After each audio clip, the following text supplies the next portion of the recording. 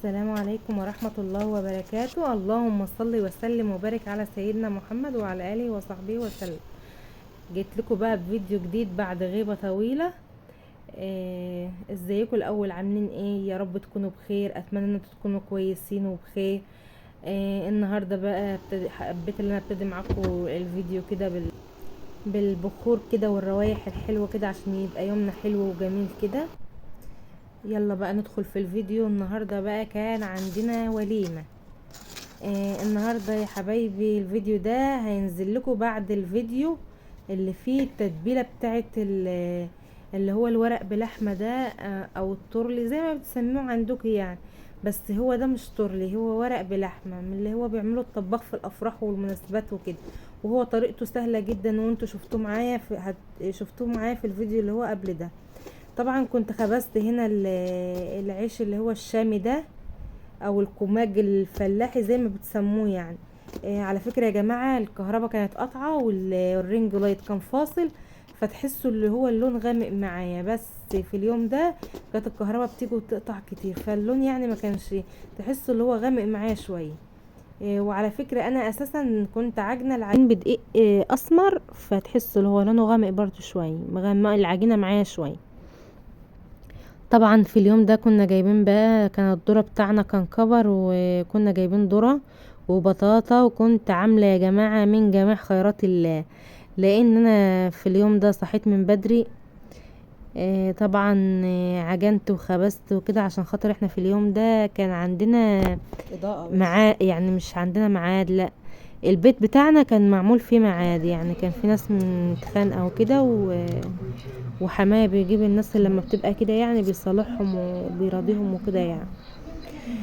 فالمهم انا بقى ايه، عملت حسابي يعني، وعملت اكل كتير عشان لو حد جه واكل عندنا وكده يبقى يعني كل حاجة موجودة في البيت. فانت لازم لما بيكون عندك اي حاجة تكوني عاملة حسابك ويكون بيتك فيه كل حاجة يعني. وطالما انت جوزك موفر لك الحاجة يعني، وبيتك فيه خير وكده، فانت تعملي يعني الحاجة وكده، وفي نفس الوقت ان انت تشرفي جوزك وتكرمي الضيف اللي يجيلك. طبعا كلنا عارفين ان اكرام الضيف ده يا جماعة من العبادات مش من العادات.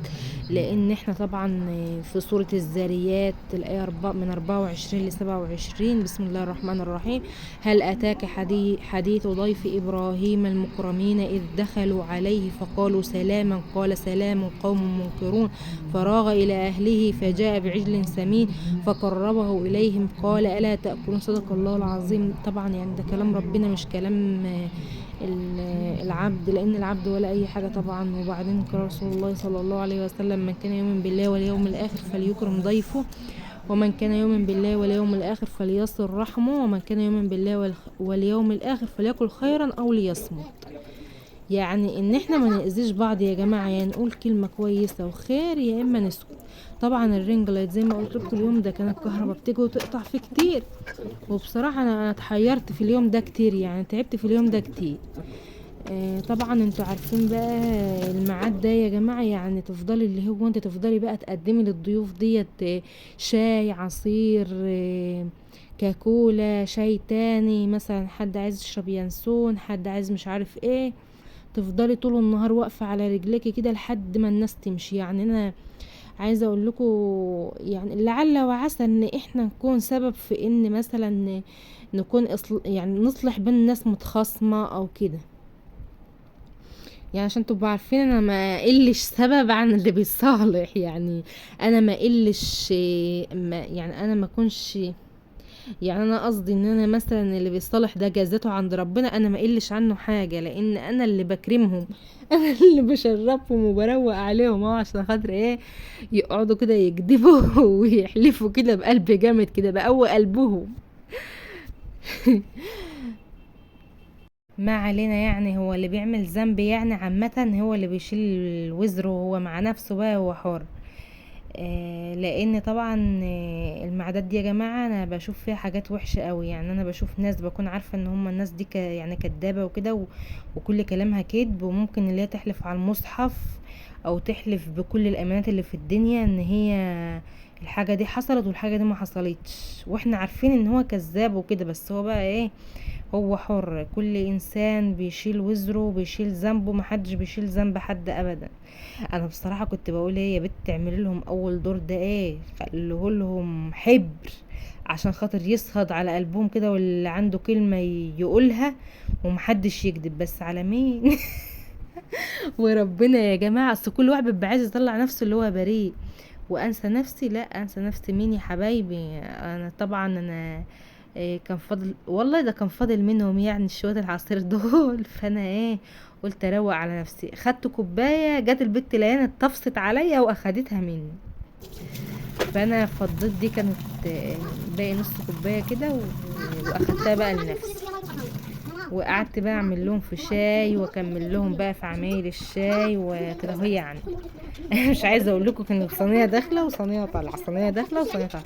بس طبعا يا جماعه الحاجات دي كلها يعني، انتوا عارفين البيت اللي يعني الضيوف بتكتر فيه كده، ده بيت يعني ربنا بيحبه طبعا، لان البيت المفتوح للصغير والكبير ده يعني البيت ده بتنزل فيه رحمات كده وبركات من ربنا يعني. عشان خاطر طبعا الرسول كان بيقول يعني، كان إذا أراد الله بقوم خيرا أهدي لهم هدية. قال وما تلك الهدية؟ قال الضيف ينزل برزقه ويرتحل بذنوب أهل البيت.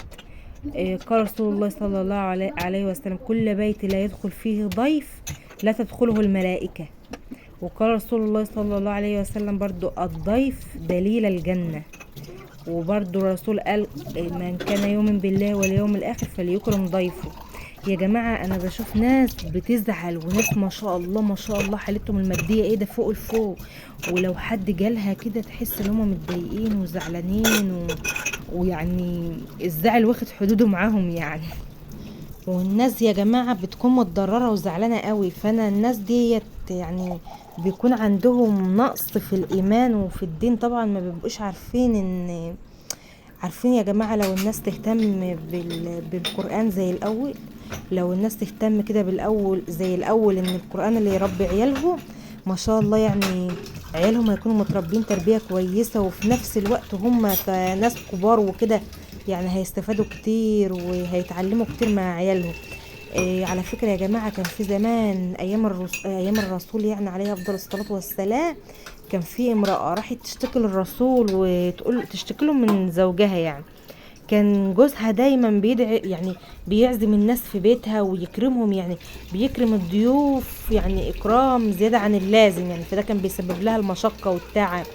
فمشت من عند الرسول يعني، الرسول ما ردش عليها يعني، ما لقاش جواب اللي هو يقنعها بيه.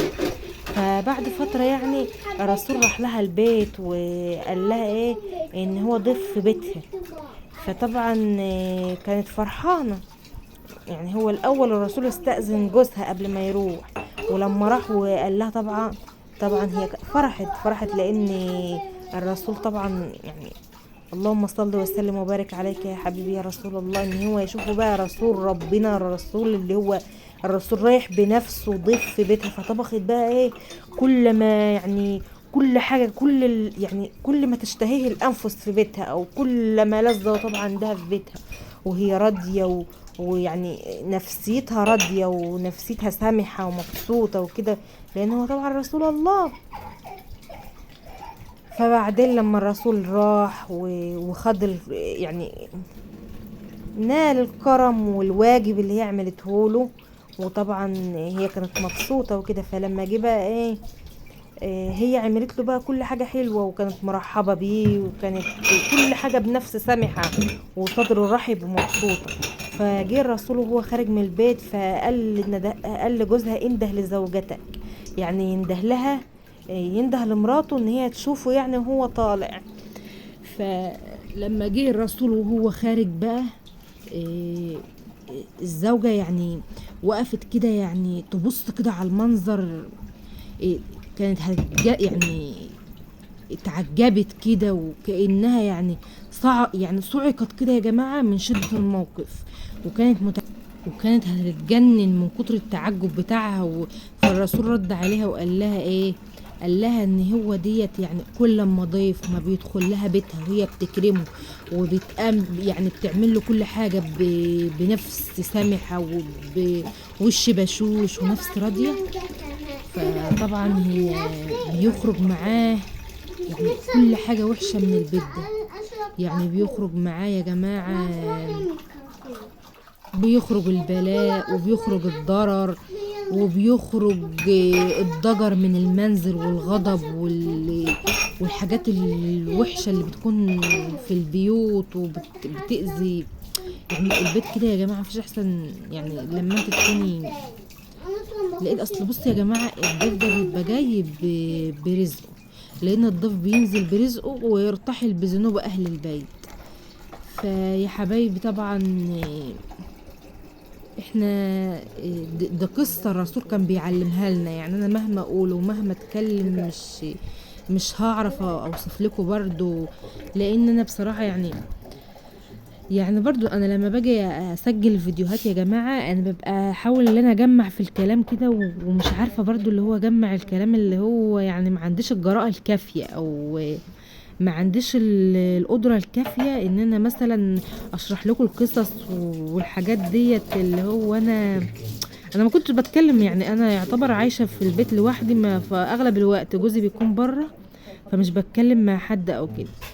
طبعا انا هنا انا جوزي فيه طبع غريب اللي هو يعني ايه انتوا شايفين انا بعمل، هو مش مقتنع برضو باللي انا بعمله، يعني اللي هو عايز بسرعة بسرعة بسرعة، يعني اسرع ما انا ما بعمل كمان. فاللي هو جاب الكاكولا كده وبدأت انا افضي من ازازة وهو يفضي من ازازة، انا احاول احط على الصينية هو يناولني الكوبايات. فهم هنا ما شاء الله يعني اي حد بيدخل سواء كبير او صغير هم بيحبوا اللي هم يكرموه كده. فانا هنا دخل اللي هو بقى يساعدني، وانا يعني ايه بقيت بصراحة يعني كنت بجري على اخري عشان برضو الناس وما نتأخرش عليهم وكده. بس مش عايزة اقولكم والله يا جماعة اقسم بالله انا كنت هموت من الحر، يعني انا كنت حرانة بطريقة فوق ما تتخيلوا. بس انا بصراحة انا ما كنتش بنسى نفسي، يعني اللي هو ما كنتش بنسى نفسي. المهم كنت يعني كل فترة والتانية كده بطر على نفسي شوية، لان الجو كان حر. وطبعا انتوا عارفين العيال وكده، انا في الوقت ده انا كنت مليت البانيو وكنت مقعدة العيال فيه على ما اعمل للناس وكده. وكنت بقى ايه اللي هو انا اروح احمل العيال والبسهم واسرح لهم على ما يجي يطلب مني حاجة تانية. طبعا نعم. ده كان منظر الشقة بعد الناس ما مشت. اقسم بالله يا جماعة اقسم بالله ان الهبو والحاجات اللي هي بتكون مكان السجاير اللي بتعملها اللي الناس بتشربها، مش عايزة اقول لكم كمية الدخانة. وتحس ان الشقة كده عبارة يعني ده اكتر حاجة بتزعلني بصراحة لما ضيف يجي واعمل. يعني انا بصراحة ما بكونش متحملة الريحة لان انا عندي حساسية مزمنة في الجيوب الانفية وبصراحة انا كنت هموت من الريحة. انا مش عايزة اقول لكم انا دخلت غسلت الكوبايات، مليت مية لان انا المية مش بتطلع عندي غير بالموتور مع ان انا دور ارضي. شايفين يا جماعة كوبايات الشاي بس كنت بكبها برضو لان اول حاجة هي باردة. تاني حاجة ما ينفعش نشرب حتى لو انتي راجع لك حاجة مكان حد، ما ينفعش لان انت ما تعرفيش اللي بيشرب ده مثلا تعبان ماله ومش عارف ايه. وهو في نفس الوقت ولا تكلي ولا تملي، يعني ده كله بصوابه وكله عند ربنا. وطبعا شوفي بقى لما تكونوا انتوا سبب مثلا في ان انتوا تصالحوا حد متخاصم او كده او تحلوا مشكلة مثلا كبيرة او كده، بس يعني والله يعني ايه قدر الله ما شاء فعل، هي المشكلة ما اتحلتش ولا اي حاجة. يعتبر كل التعب ده كله وكل ده كله راح على الفاضي. بس طبعا راح على الفاضي بالنسبة للبني ادمين، انما بالنسبة لربنا طبعا لا. الجزاء من ربنا احسن 100 مرة من البني ادمين، لان البني ادم ما تستنظريش منه ولا خير ولا شر. لان البني ادم ما فيش حد يا جماعة النهاردة بيعمل لحد حاجة كويسة او بيعمل كله النهاردة يلا نفسي. محدش بيدور على زعل حد ولا حد بيدور على حد ولا حد بيقدر تعب حد. بس كله على الله.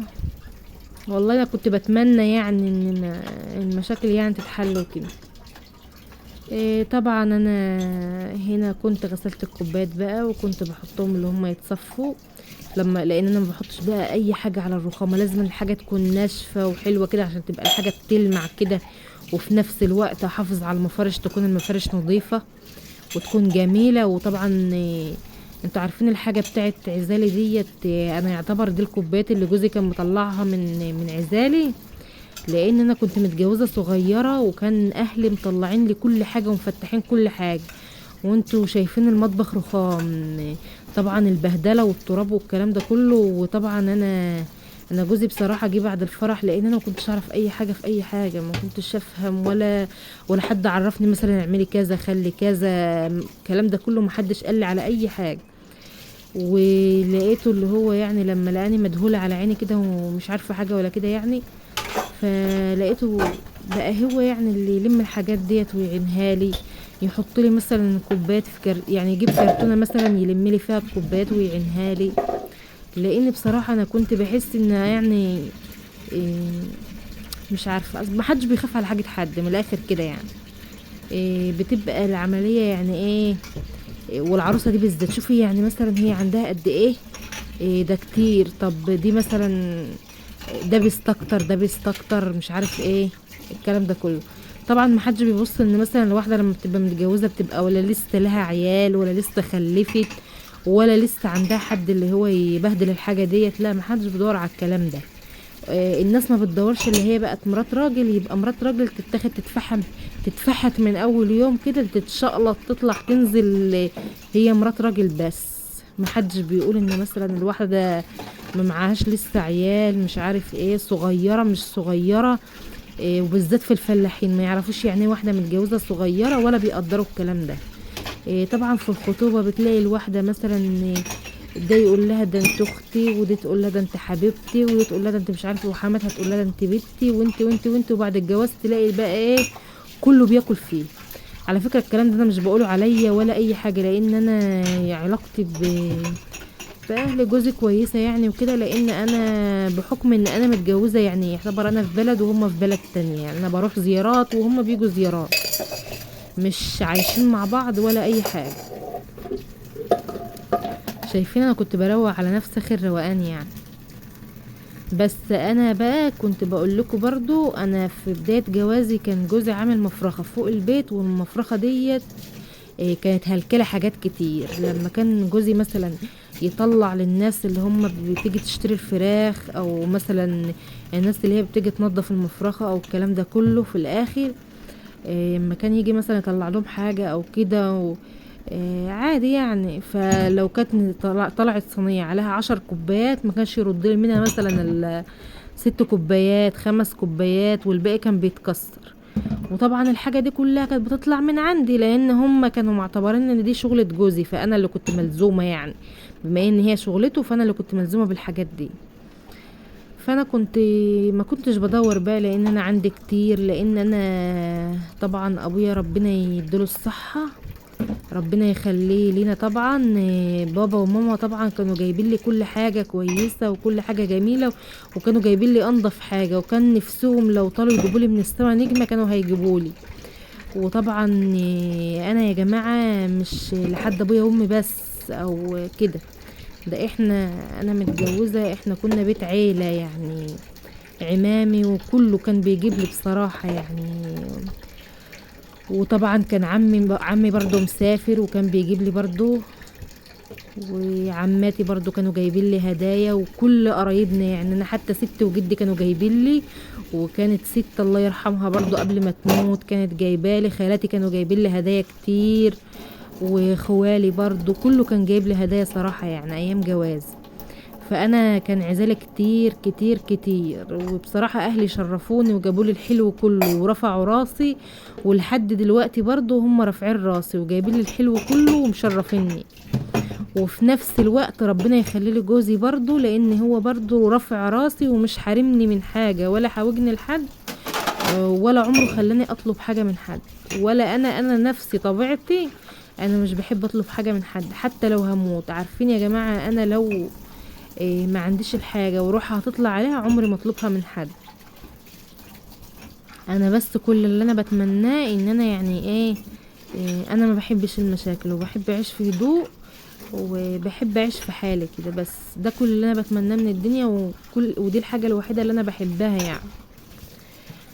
طبعا انا هنا كنت بغسل الاول، كنت بفضي بقى الطفل والكلام ده وعشان خاطر يروح في الميه، وانا بغسل الكوبات وبشطفها، عشان انا عندي هنا الحوض يا جماعه بيتسد، مش عارفه برغم ان انا دور ارضي يعني المفروض الصرف يكون سالك والدنيا ماشيه كده، بس مش عارفه بيتسد ليه. طبعا الازاز بتاعه الميه ديت كنت اللي هي بتاعه الكاكولا اصل دي بغسلها وبملاها. احنا من الناس اللي هي بتشرب في ازاز الكاكولا ميه يا جماعه عادي خالص.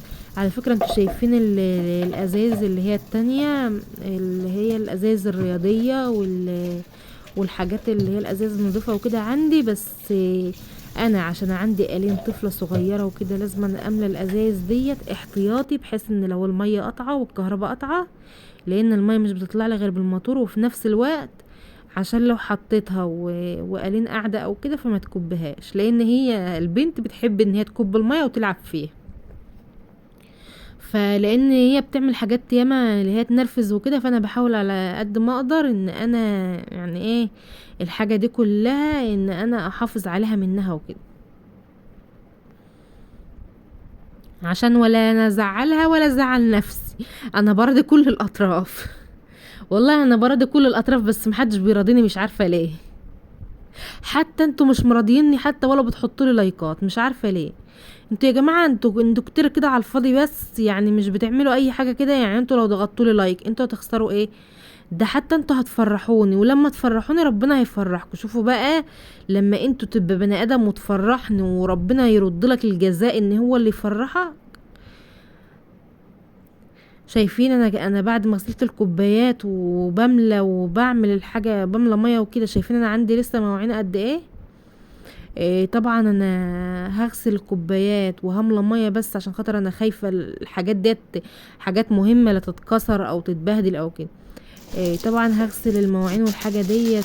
طبعا انا هنا كنت بوريكم ان انا في اليوم ده الشقه من كتر ريحه الدخان اللي كان فيها يا جماعه من شرب السجاير والكلام ده، احنا ما عندناش حد بيدخن هنا ولا بنحب ريحه الدخان في الشقه، فمن كتر الريحه انا كنت هموت. فاحنا خرجنا في اليوم ده، رحت كنت عايزه الطلبات دي، كنت عايزه اجيب زيت للمكنه، لان المكنه كانت تعتبر بايظه، كنت عايزه ازيتها وكده.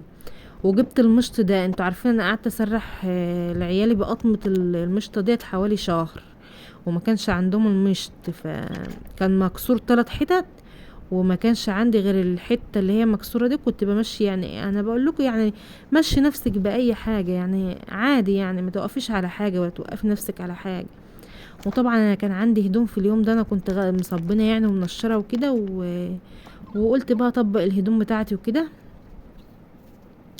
انا مش عايزه اقول لكم، انا بعد اليوم ده يا جماعه اليوم المرهق ده، الناس لما روحت المغرب، انا دخلت فضلت في الحمام يعني اللي هو استحمى يعني وارتاح من اليوم المرهق المتعب ده كله.